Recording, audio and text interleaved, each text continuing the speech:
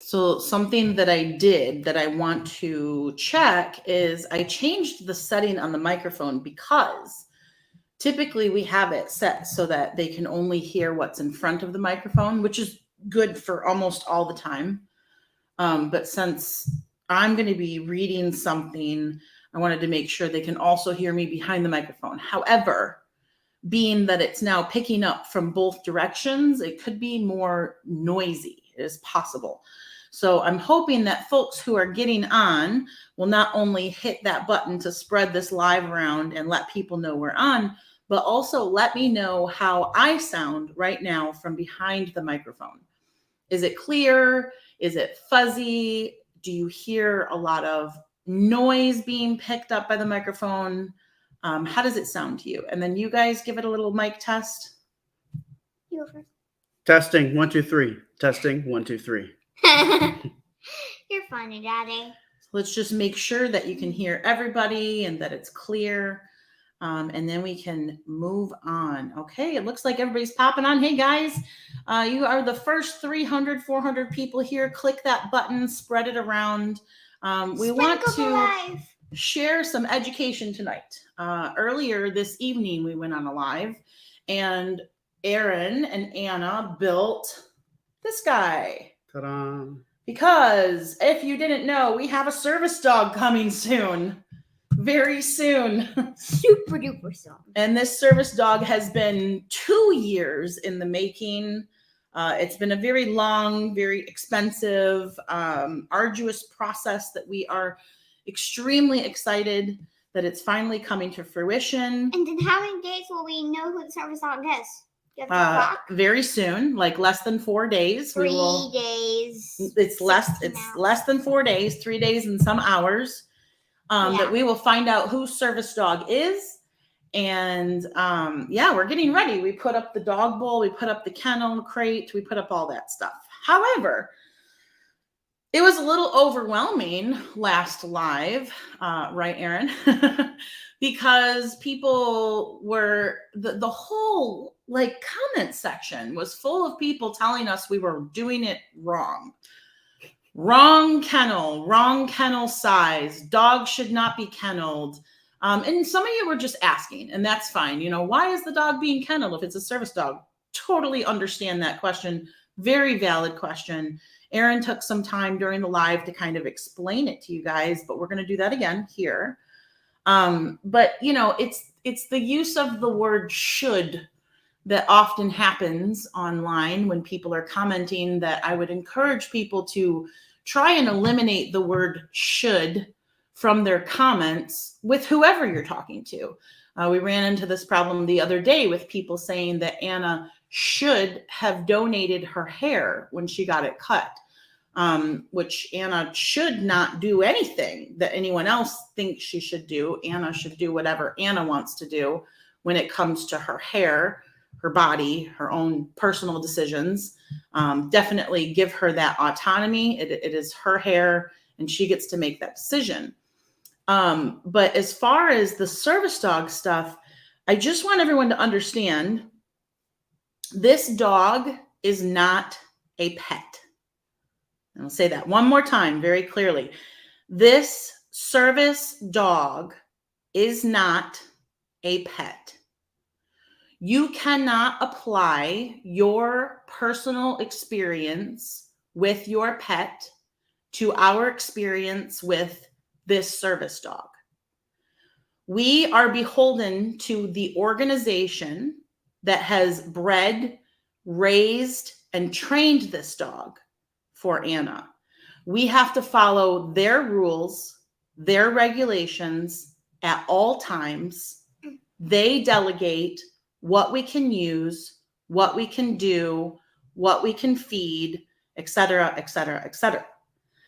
So when people are coming on and they're giving their unsolicited advice as to what they feel we should be using for the kennel for the service dog, I'm sorry, you are wrong.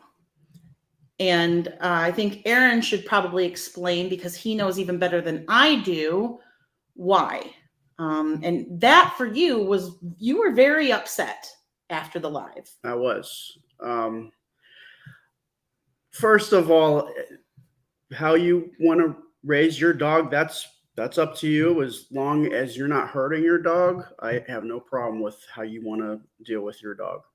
We're under contract with the organization. We have to do what they tell us, or they could take the dog away from us.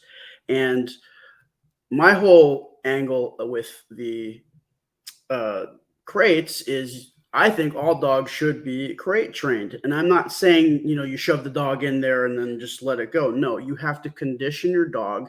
You train it so that it views the kennel or the crate as a good place. So you just have it go in there just when nothing's happening, not when you have to go to the vet or you have to go on a trip. You just put it in there with things that it likes, with treats, with little play toys, with comfy blankets. If you do that enough, the dog will actually seek refuge in the crate when it wants to just kind of chill and just have kind of a little alone time. My other issue is I am a professional dog. I worked in the pet service industry. I have 8,000 hours on eyes on dogs, and I don't like when people who have just owned pets try to tell me, what I did professionally, which I have certifications for. There's a couple of things that I don't want to. It really irks me when people tell me about certain things. One is art. If you're an art professional, artist, I definitely will listen to what your input is. And dogs, because I did it for over 4 years professionally. I think I know a little bit more. I would say there's definitely people who know more about me, but I think I know more than the average dog owner. So I'm just going to leave it at that. Right. So unless you have trained service dogs, unless you work with the Four Paws organization, unless you have a degree in dog, unless you are coming from a place of education and knowledge, it's really just unsolicited advice. And it's kind of, we try not to take offense. Everybody's going to say whatever they want online. I get it. It's a free for all. It's unfortunate that that's the case. It's unfortunate that people feel the need to impart their personal opinion instead of just sharing facts and information. But that's the way it is. It's online. That's the way it is. But, when it comes to something where we actually have knowledge and even beyond that, like, the people who have been following us for a long time, who actually know me, who actually know Anna, who actually know Aaron for the last year and a half, they know that we would never make a decision about pretty much anything without being sure that we know what we're doing. Like, I have a master's degree. I know how to do research, and I do research at length about everything. Ask Aaron. I research everything to death before I make any decision. Too much. Yes, almost too much. And we take the time to educate ourselves, and we would not do something without consulting the organization. Just like, when we first moved in, there was a lot of, did you ask your landlord if you could do that? I mean, come on, like, it gets a little offensive. Like, do you really think that I'm that stupid? Do you really think that I'm that kind of person that's just going to do something without making sure? Like, I go to great lengths to get my daughter the best medical care that is available in the world. And people, still like think they know more. And that can be very frustrating for us. But we are here to educate. That's why we have a platform to raise awareness for arthrogryposis. And now Anna's getting a service dog, right? Yes, which is even more arthrogryposis. So we're going to be educating a lot of people about service dogs. And so if you're interested in learning, then please follow along, pay attention. We'd love to share the information. We're going to continue to share the information. We're excited. And some of the stuff we don't know, and we're going to be learning right along with you guys, but we're going to be sharing the information widely so everyone can learn, so everyone can know. So two things I want to do. I'm going to have Anna read something to you guys. This is an official statement from the organization where we are getting Anna's service dog, which you can go Google them, Four Paws for Ability. There is a ton of information on their website. If you do not understand the difference between a service dog, an official service dog from an official service dog organization and a pet, I encourage you to use Google and either go to the Four Paws website or go to any service dog organization website and do some reading. Do some reading and educate yourself and learn, because there is a big difference. Anna, do you want to read this post about why? So many people had a question about why are we getting a crate for a dog that's supposed to be with you all the time, taking care of you? Truly valid question. Well, the crate is required. Remember that they are placed as pups so they can be best to learn to adapt and work in your family. But they are pups, not robots, and the kennel keeps them safe. So they're not robots. That'd be funny if they actually were robots. Even if they are able to sleep with your kiddo immediately, if the dog is sick or you need to otherwise to keep him safe or secluded for even a short time, it is valuable. If your dog gets sick, either end, you may want to kennel them. Perhaps you have visitors who are allergic or fearful, and you are choosing to separate your dog and therefore cannot provide appropriate monitoring. Perhaps you have workers, plumbing, appliances, etc. in the home and need to prevent your dog from accidentally getting out during many ins and outs from those workers. The kennel is an important tool to keep your dog safe and required by Four Paws. Yes. So the crate is required by Four Paws. We do not have an option. We have to have it. We cannot bring the service dog home without it. These dogs have been highly trained and they have been using crates since they were babies. So this is not something that we're doing to the dog. This is something that the dog is used to. And Erin, do you want to go over one more time the use case scenario for the crate? Because yes, the crate will always be with Anna when she's up moving around. Yes, the dog will be sleeping with Anna at night. What is the use case for the crate? So if for any reason there's traffic going in and out of the house, you might want to have the dog be in a spot where you can close it up and it'll be there. You don't have to worry about the dog wandering out. Or if there's somebody in the house that might be allergic to the dog or just doesn't really like dogs, you can then put the dog in there. And then if it's already trained and conditioned to view the crate as a nice place, as a sanctuary, a refuge, it's not going to be traumatic. It's actually going to be a place where it knows it's safe and it can just chill out, and then you can take the dog out afterwards. Yeah. And I see some people here and there saying, I hate that you guys have to defend yourselves. You shouldn't even, every time I speak up about something, I get this kind of like, you don't have to defend yourself. You don't have to say anything. Listen, I'm not defending myself. I am educating the people that are misinformed. And if I feel like I want to speak up about something that is being said towards us, I do that because I want to, not because I feel I need to defend us, not because, whatever, like I want to. I don't get on and speak about something I don't want to speak about. I want to speak up about this. I want the accurate information to be out there. I really hate misinformation, guys. Nothing grates on my nerves more than people passing around misinformation. So it's important to me that everyone has accurate information, everyone who's willing to listen anyway. And that's what we're doing. We're educating. We're taking the time to correct and educate. And that's what I'm all about. That's the reason why I got online in the first place, was to educate. So that's what we're doing. If you have questions after you've been educated, that's fine, but find out all the information before you come out with your opinion. The other thing I wanted to read to you, or part of it, because it's kind of lengthy, and I will put these posts on the page if I get permission. I'm just waiting for permission to share the actual screenshots of this information because it is shared in a family group for Four Paws.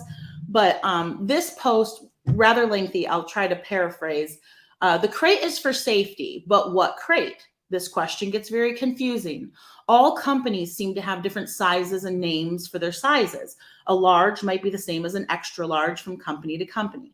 Four Paws says quote, an extra large or giant very type kennel, end quote. Here's what that means. You should plan for a dog between 70 to 100 pounds at full growth. Most dogs will grow a little bit after you get them. It should be a very kennel, quote unquote, VARI kennel type, which is hard plastic sides. Absolutely no, and no is in all caps, wire kennels. They are not safe. I know for a fact, when I worked at a dog daycare, we found out that those wire kennels are not, there's too much variables that can come into play where it's not safe. So I agree. They give us a direct link to the kennel we need. They explain very clearly what size. Again, it's going to be somewhere around an 80, 90, 100 pound dog. And we want the kennel to be comfortable. So we got the biggest size. That's literally the biggest size kennel. It costs $400. It's the biggest kennel you can get. And that's what we got. So it would be comfortable because the dog is not going to be in it a lot. We want the dog to be able to turn around and stand up and lay down. And let's be real. If you're going to drop $400 on a big piece of plastic, you're not going to just do it willy-nilly. You probably want to find out which one's the right one before you pull the trigger on that kind of a purchase. Mm-hmm. That's the gist of this other, it's just talking about the different sizes, the different, size that the breed is going to be at full grown. We don't know exactly what breed Anna's dog is. We're going to find out on Wednesday, right?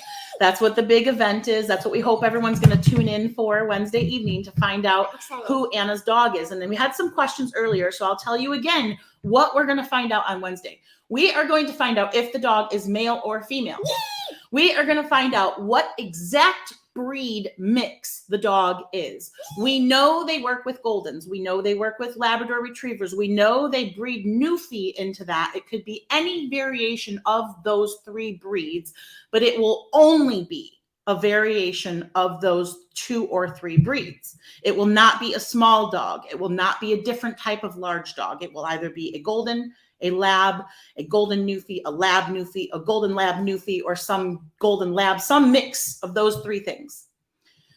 We are going to find out what given name the dog has. And let's just, to be clear, go over this again because we get a lot of questions. Yes, the dog was given a name when it was born. They named the litter, so they give it like Galaxy litter. And then they named all the dogs, then they name all the dogs within the litter with Galaxy names related to Galaxy stuff. So say there's 8 puppies in the Galaxy litter, they all get names that are something related to space. And then 6 of those dogs make it to phase 2. And then 4 of those dogs make it to phase 3. And then 3 of them actually become legitimate service dogs. And so they already have a given name, but they're not using that name all the time specifically. So if you want to change the dog's name, you can. We are allowed to change the dog's name. No, it is not confusing for the dog. Yes, it is fine for us to do. And Anna will decide after she finds out who the dog is on Wednesday, if she wants to change that name. And if she wants to, that's what we will do.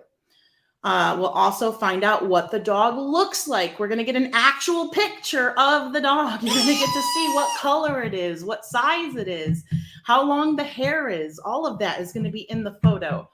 And then once we have figured all of that out through some fun gameplay, Anna is going to read the letter from the dog that Four Paws sends her, and it tells the name of the litter, and it tells what kind of things the dog likes, and it talks about how the dog is excited to meet her and all that good stuff.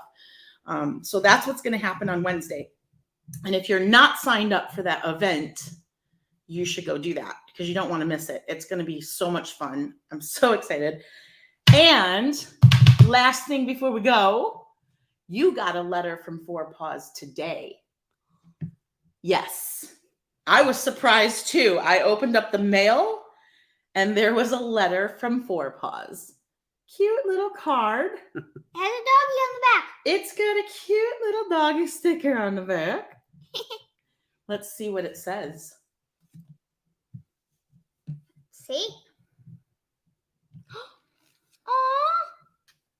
Well, paw stickers. Paw stickers. Oh, yeah. What does it say? It says, Dear Anna, I just heard that you are coming to Four Paws to meet your service dog. This will be a wonderful time for you and your dog. It will be so pleased to meet you. You will be able to tell by its wagging tail. Your dog has spent a long time at doggy school, learning how it can be best to help you. The trainers at Four Paws will help you learn how to be with your dog and especially how to give it a doggy treat. The Four Paws dog will soon become your very best friend, and will be so happy to go home with you. See you soon at Four Paws.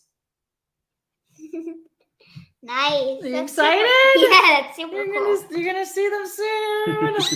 Ah! And look at doggy. So if you guys need to sign up for that event, if you haven't already signed up for the event, you're going to do that by going to our Facebook page.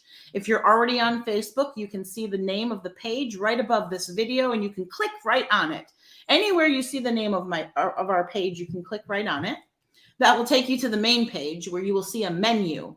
And in that menu, you will find events. Click on that, and the event will be right there. You can click into the event, and you can set yourself to going or interested, and then you will get the notifications and the reminders.